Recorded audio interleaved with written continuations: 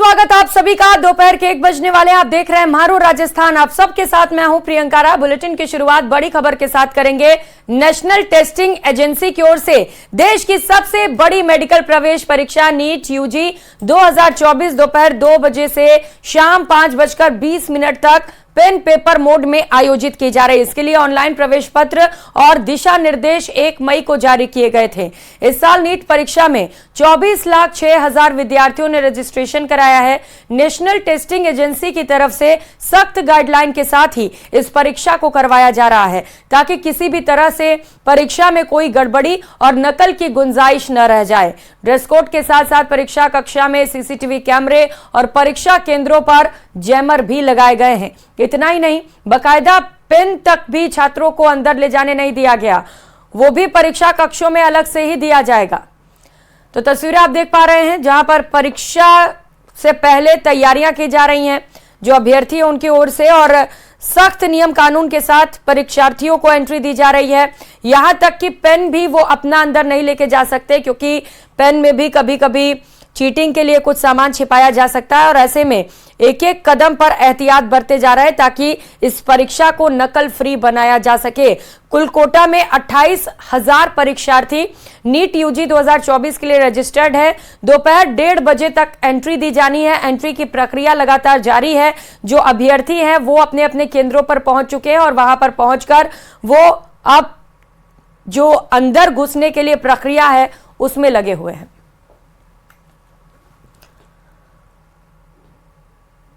तो exam centre पर CCTV कैमरे और जैमर भी लगा दिए गए हैं ताकि विशेष निगरानी रखी जा सके। एनटीए की टीम इस पूरे परीक्षा पर सख्त नजर बनाए हुए है ताकि कहीं से कोई नकल ना हो जाए। सहयोगी चंद्रशेखर व्यास जोधपुर से हमारे साथ जुड़ेंगे कुछ ही समय में, लेकिन उससे पहले कुछ खास रिपोर्टर्स हमारे साथ अलग अलग जगह से जुड़ चुके हैं। महेश दाधीच जयपुर से हमारे साथ हैं, हिमांशु मित्तल कोटा से, कपिल श्रीमाली उदयपुर से इस वक्त हमारे साथ जुड़ चुके हैं। सबसे पहले राजधानी जयपुर चलते हुए महेश दाधीच, क्या तैयारियां वहां पर परीक्षा केंद्रों पर?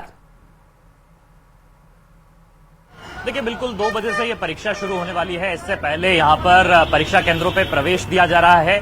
पूरी निगरानी के साथ में ये परीक्षा यहाँ आयोजित हो रही है। अगर देश भर की बात करें तो 500 से ज्यादा शहर हैं। राजस्थान की बात करते हैं तो 1,97,000 परीक्षार्थी यहाँ पर हैं। 24 शहर हैं राजस्थान के जहां पर की ये परीक्षा का आयोजन यहाँ किया जा रहा है, और इस इम्तिहान पर विशेष निगरानी है। एनटीए जो नेशनल टेस्टिंग एजेंसी है वो यहाँ पर कड़ी निगरानी के बीच में इस परीक्षा का आयोजन यहाँ कर रही है।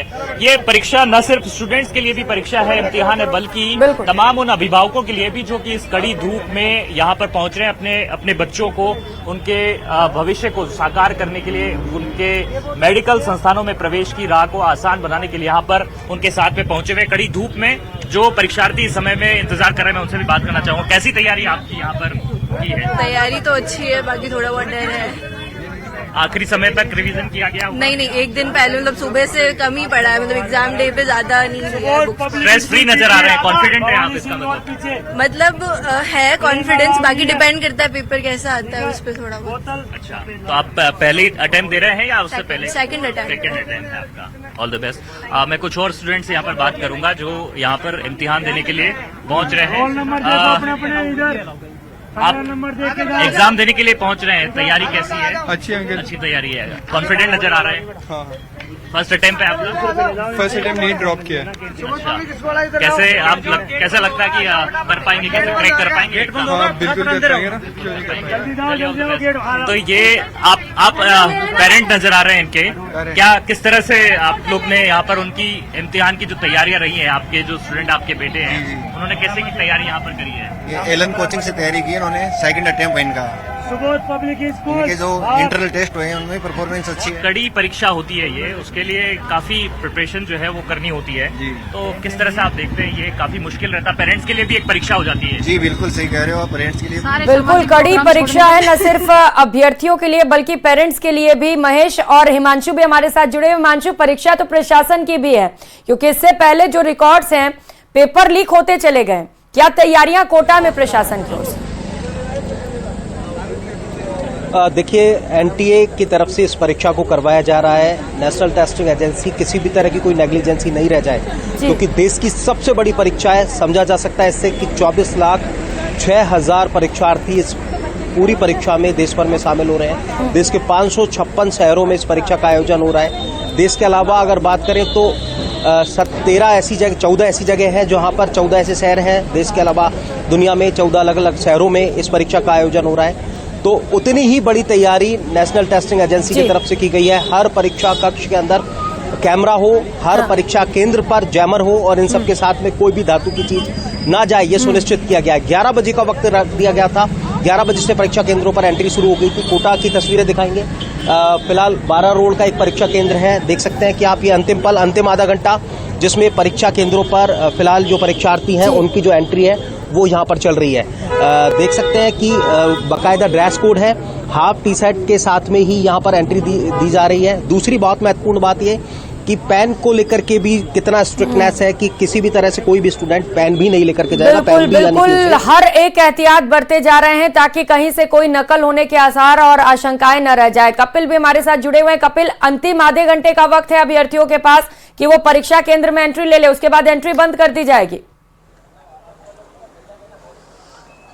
बिल्कुल, देखिए आधे घंटे का वक्त और बचा है। 1:30 बजे किसी भी सूरत में 1:30 बजे बाद में किसी परीक्षार्थी को परीक्षा केंद्र के अंदर प्रवेश नहीं दिया जाएगा। उदयपुर की अगर हम बात करें तो उदयपुर में कुल 20 सेंटर बनाए गए हैं। 20 सेंटर पर ये जो नीट 2024 की परीक्षा है वो आयोजित हो रही है। और इस समय आप देख सकते हैं कि जो परीक्षार्थी हैं वो लगातार परीक्षा केंद्रों पर पहुंचते हुए नजर आ रहे हैं। सबसे पहले वे अपने रूम नंबर को बाहर रोल नंबर के हिसाब से देख रहे हैं और उसके बाद में पूरी एक जांच की जो है प्रक्रिया अपनाई जा रही है। स्टेप बाय स्टेप से बिल्कुल, तो परीक्षा केंद्र से तस्वीरें भी लगातार आपको दिखा रहे हैं कि किस तरीके से जो अभ्यर्थी हैं वो केंद्रों पर पहुंच रहे हैं, क्योंकि अंतिम वक्त है एंट्री लेने की। लंबे वक्त से वो इंतजार कर रहे थे और आज परीक्षा की घड़ी है। सभी को बहुत शुभकामनाएं। न्यूज़ 18 की ओर से भी बहुत शुक्रिया आप सभी सहयोगियों का तमाम जानकारियों और तस्वीरों के लिए। माउंट आबू के शंकर मठ से तस्वीरें हैं जहां पर भालुओं का मूवमेंट दिखाई दिया है। भोजन की तलाश में एक साथ 4 भालू मठ में पहुंचे। भालुओं को देखकर श्रद्धालुओं में हड़कंप मच गया। श्रद्धालुओं को देखकर भालू दीवार कूदकर भाग निकला। ये तस्वीर देखिए, शंकर मठ में भालुओं का मूवमेंट दिखाई दिया है।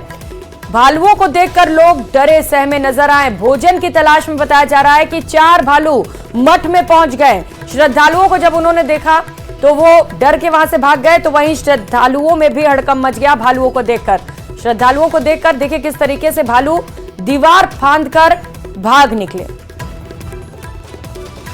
तो रिहायशी इलाके में भालू पहुंच गए। 4 भालू बताया जा रहा है कि मठ में पहुंचे थे भोजन की तलाश में, लेकिन श्रद्धालुओं को देखा तो वहां से भाग निकले। किसी ने इस पूरी वारदात को तस्वीरों में कैद कर लिया है, जो अब तेजी के साथ सोशल मीडिया पर शेयर भी किया जा रहा है।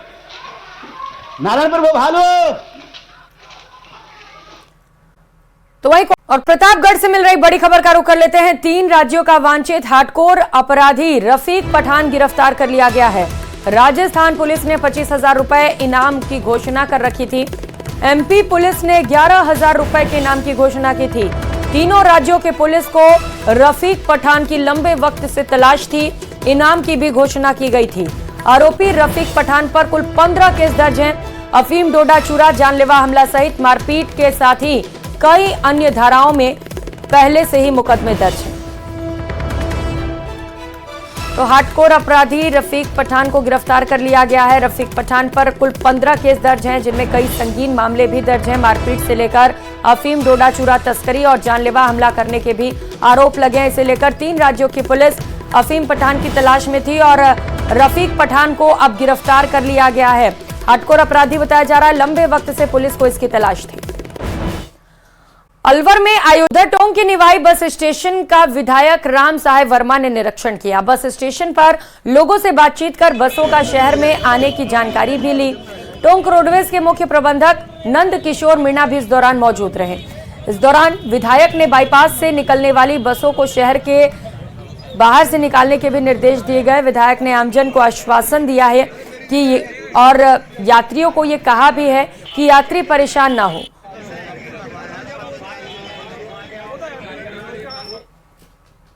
तो के दिन एसीएस रोडवेज हैं श्रेया गुआ जी से मिला था। उन्होंने अधिकारियों को यहाँ भेजा है और परसों के दिन से ही बसों का संचालन हो गया। बीच के अंदर ड्राइवर और कंडक्टर रोकते नहीं थे, उनको भी दबाव लगाया जा रहा है। और आज से एक नई व्यवस्था हो गई, बाईपास के ऊपर परिवहन विभाग की तरफ से, ट्रांसपोर्ट की नगर से 2-2 व्यक्ति खड़े हैं। खबर दौसा से है, जहां पर सबसे बड़े अस्पताल रामकरण जोशी अस्पताल में इन दिनों मरीज परेशान है। कारण है कि अस्पताल में सोनोग्राफी नहीं हो पा रही। दरअसल जिला अस्पताल में वैसे तो सोनोग्राफी की 5 मशीनें हैं, लेकिन सोनोलॉजिस्ट के पद खाली होने के कारण केवल 2 ही सोनोग्राफी मशीनों का संचालन हो रहा है।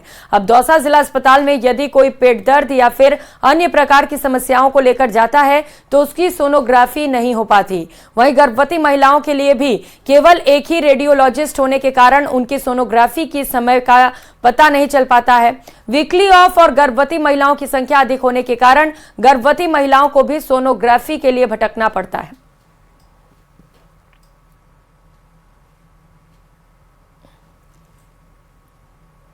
एक हमारी मशीन अभी सोनोलॉजिस्ट उसमें मैम चेस बिल्डिंग है, वो तो चालू है।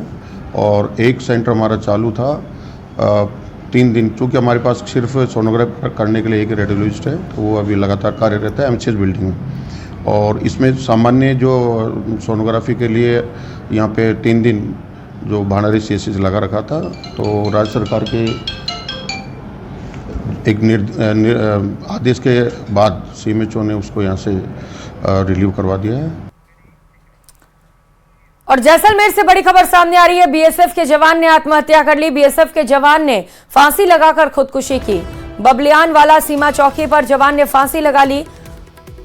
तो असम का रहने वाला ये मृतक जवान बताया जा रहा है जिसने खुदकुशी की है। सूचना के बाद बीएसएफ के उच्च अधिकारी भी मौके पर पहुंचे। बताया जा रहा है कि घरेलू विवाद में आत्महत्या की गई है। फिलहाल इसे लेकर जांच भी जारी है। सूचना मिलने के बाद तनोर थाना पुलिस मौके पर पहुंच चुकी है। मौके पर पहुंचकर पुलिस की ओर से तफ्तीश की जा रही है।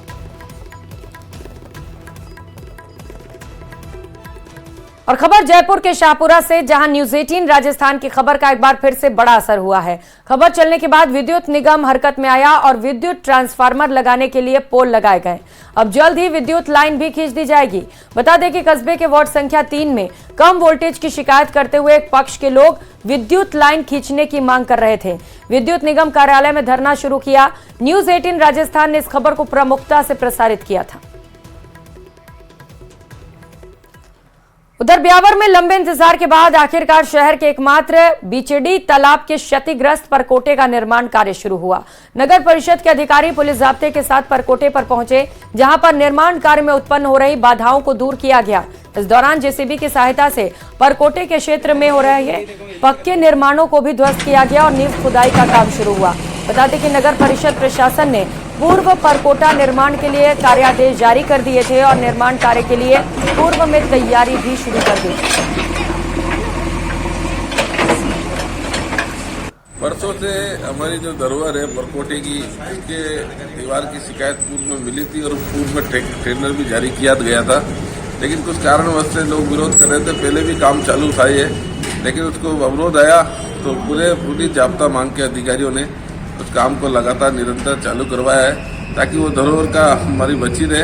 और जो लोग इतने सालों से अपेक्षा करते हैं या कई बार आप अखबार पढ़ने में या देखते हो शिकायतें रखते हैं, तो शिकायत को दूर करने का काम हमने कई महीने पहले ही कर दिया था, पर ये प्रगति पे नहीं आया, धीरे धीरे चल रहा था। अभी पूरी जाब्ता लेके वो आज कार्रवाई हमारे नगर परिषद के अधिकारियों ने की है, जिसको लगातार जारी किया जाएगा। धौलपुर के बाड़ी से खबर है, जहां पर केनरा बैंक से नर्सरी रोड तक नाला सफाई कराने और अतिक्रमण हटाने को लेकर कॉलोनी वासियों ने एसडीएम और नगर परिषद को ज्ञापन सौंपा। दरअसल 2011 में बाड़ी रोड स्थित नर्सरी रोड पर नालों का निर्माण कराया गया था। इस नाले की दोनों तरफ घनी आबादी में लगभग 10 कॉलोनियां बसी हुई हैं। ये नाला आज की स्थिति में भी बंद पड़ा हुआ है, जिसके कारण बारिश के मौसम में इस नाले में गुलाब बाग रोड स्थित कॉलोनियों का पानी छोड़ दिया जाता है। इसके कारण आसपास के कॉलोनियों में पानी भर जाता है। कॉलोनी वासियों का आरोप है कि नाली बनने के बाद कभी इस नाली की सफाई नहीं हुई।